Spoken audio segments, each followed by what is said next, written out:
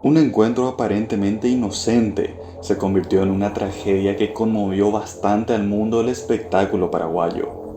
Un crimen que aún hoy resuena en la memoria de muchos y que muestra cómo todo puede cambiar de un minuto para otro. Este es el caso del asesinato de Luis Ríos. Luis María Ríos Riveros, de 36 años en aquel entonces, era una figura conocida y querida en Paraguay. Comunicador, artista, comediante, Luis era un hombre multifacético que logró conquistar los corazones de muchos a través de su talento. Su carrera en los medios de comunicación abarcaba la televisión, la radio y el teatro, donde participó en más de 37 obras. Su popularidad iba en ascenso y su futuro parecía estar lleno de éxitos. Sin embargo, todo cambió de manera abrupta y trágica el miércoles 17 de septiembre del 2003. Ese día, Luis recibió un mensaje de texto de Diego Alejandro Caballero González, un guardia de seguridad que trabajaba en el Banco Multibanco, una entidad financiera que ya había cerrado sus puertas al público tras declararse en quiebra. Resulta que Diego y Luis mantenían una relación cercana y, según se supo después, también tenían una relación personal muy íntima. Diego le pidió a Luis que se encontraran en el banco después de que terminara su programa de radio. Luis conducía un popular programa de Radio 1000 que finalizaba a las 15 horas. Al terminar su emisión, tomó su vehículo y se dirigió al banco, que por supuesto se encontraba vacío. A pesar de que la entidad había cesado sus operaciones, el banco aún era custodiado por una empresa de seguridad privada, debido a la presencia de un grupo de auditores que trabajaban en el lugar durante las mañanas. Lo que Luis no sabía era que Diego tenía un plan en mente. Antes de que él llegara, Diego había pedido a su compañero de trabajo, Elvio Riquelme, que tomara su turno más temprano, bajo la excusa de que debía irse a casa para atender a su esposa enferma. Elvio, sin sospechar nada, accedió al pedido y llegó al banco a las 15 horas. Al entrar, Elvio se encontró con un Diego visiblemente nervioso y agitado. El guardia le confesó que había herido accidentalmente a un hombre en el baño. Al ir a verificar la situación, ambos se encontraron con una escena aterradora. Luis Ríos estaba gravemente herido, esposado a una silla y sangrando profusamente.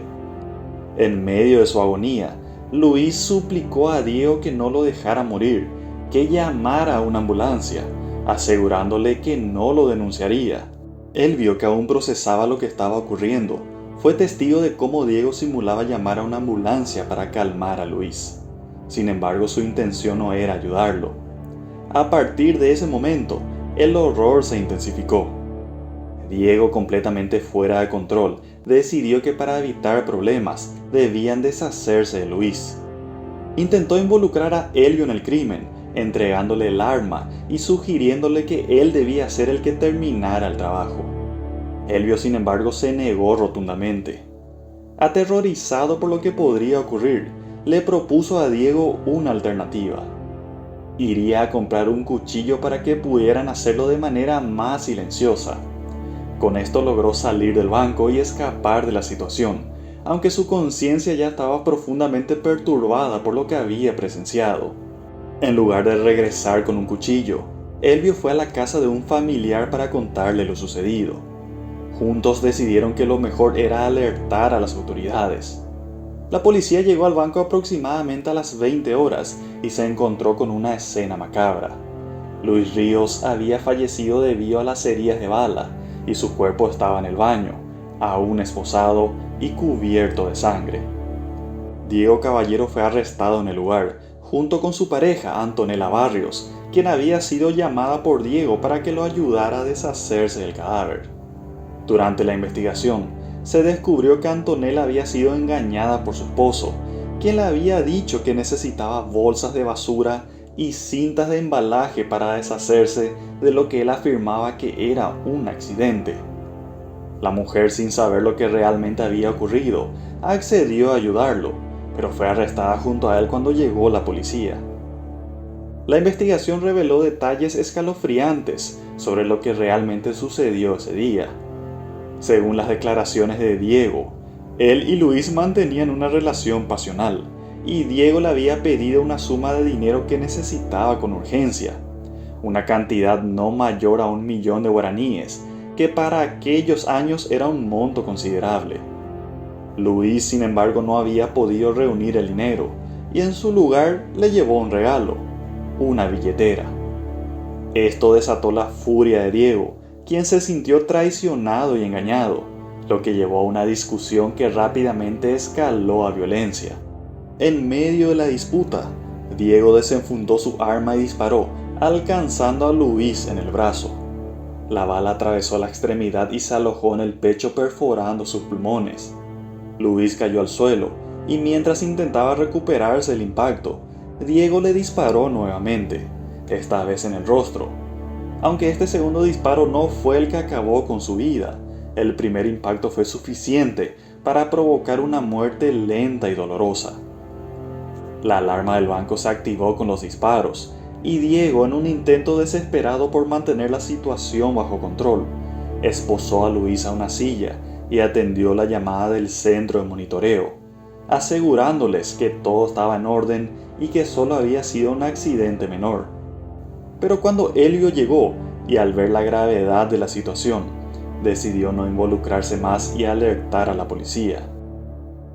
El juicio oral que siguió a estos eventos fue uno de los más comentados en su momento.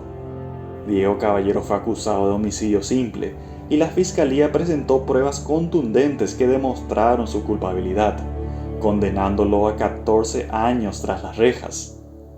Entre las pruebas, se incluyó el resultado del examen de nitritos, que mostró rastros de pólvora en ambas manos de Diego, confirmando que él había disparado el arma. Elvio Riquelme, por su parte, fue absuelto de los cargos de homicidio, pero fue condenado a 1 año de cárcel por no haber auxiliado a Luis en su momento de necesidad. Antonella Barrios, quien había sido arrestada junto a Diego, fue exonerada de los cargos tras comprobarse que fue engañada y no tuvo participación activa en el crimen. La noticia de la muerte de Luis Ríos dejó a la ciudadanía en estado de shock.